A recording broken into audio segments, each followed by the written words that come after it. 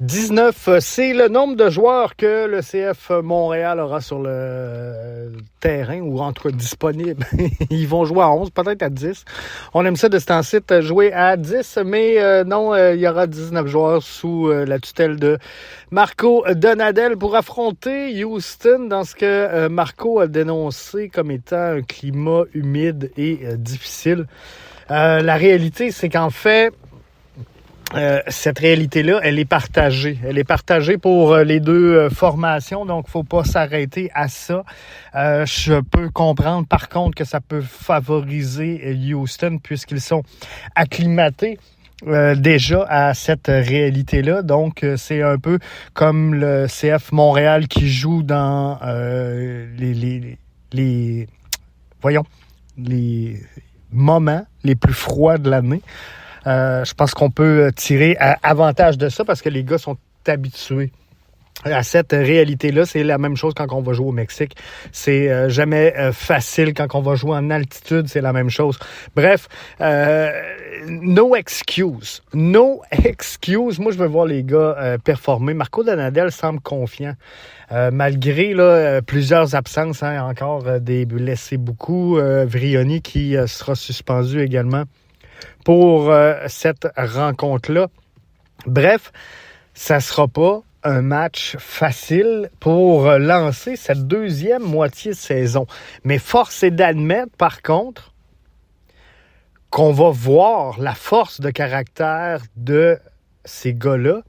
Et on va voir également, on va pouvoir observer si les 2 semaines de repos ont été bénéfiques à cette formation-là pour peaufiner un peu quelques détails qui pourraient aider cette formation-là à concrétiser les chances de marquer.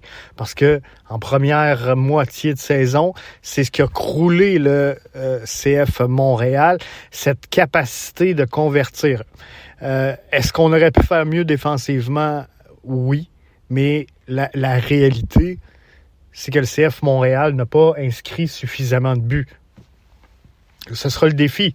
Ce sera le défi dans cette deuxième partie de la saison, de réussir à trouver le fond du filet plus souvent qu'on l'a fait dans la première moitié de cette saison 2025.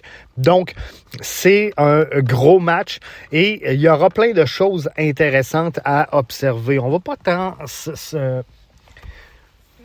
comment je pourrais dire, on va pas, moi personnellement, à titre d'observateur, là, puis je partage souvent avec vous, je ne vais pas observer le match et la qualité technique du CF Montréal. On comprend que c'est une année difficile, mais je veux observer des choses intéressantes. Tu sais, Jalen Neal qui a mentionné qu'il était bien à Montréal, qu'il aimait Montréal, et tu sais, c'est ça que je veux voir. Comment ces jeunes-là vont lever le jeu d'un cran. Il y a des rumeurs de transactions sur Alvarez. Il y a des rumeurs de transactions également sur Nathan Saliba qui pourrait aller rejoindre Olivier Renard. Est-ce que ces gars-là vont avoir la force de caractère? Et c'est important. C'est un trait important d'un bon joueur.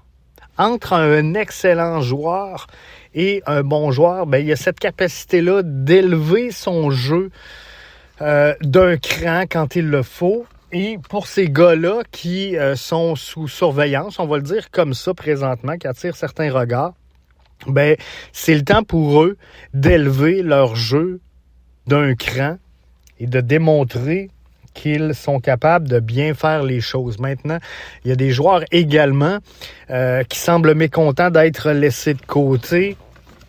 Et je ne ferai pas de name dropping, là, c'est pas le but, mais on le sait qu'il y a du mécontentement présentement dans l'alignement du CF Montréal.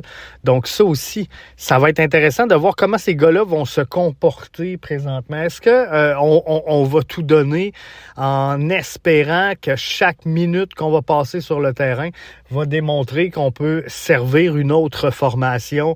Est-ce qu'on va jouer pour les stats? Il y a des gars également qui vont être en fin de contrat, qui seront peut-être pas intéressés de revenir la saison prochaine, vu l'entame de 2025? Est-ce que ces gars-là vont suivre le plan de match ou est-ce que ces gars-là vont essayer de se mettre en valeur? Et ça là, ça va être un point hyper important à gérer pour l'entraîneur-chef Marco Donadel d'ici la fin de la présente campagne. Est-ce que ces gars vont respecter le plan de match ou est-ce que ces gars vont jouer pour se mettre en valeur et espérer quitter la formation dans une éventuelle transaction? Je ne vous parle pas de tous les joueurs, je ne vous parle pas qu'on va faire n'importe quoi chez le CF Montréal, mais ça va être important de suivre le plan de match de Marco Donadel et Marco devra avoir une main de fer pour maintenir le cap et dire aux gars où tu joues à ma façon ou tu joues sur le banc. Bref, il y a plein de choses intéressantes à suivre dans cette deuxième portion de saison. On va entrer également lentement mais sûrement vers le mercato estival. Ça aussi, ça risque d'être intéressant. Quels seront les choix de la direction sportive du CF Montréal dans le but, d'améliorer cette formation-là. Et là, je ne vous parle pas d'ici la fin de la saison. On ne peut pas sauver 2025, il est trop tard. Il faut travailler dès maintenant sur 2026. Donc, quel geste on va poser concrètement pour mettre les bases de la saison 2025. Bref, je vais suivre ça pour vous ici à BBN Soccer.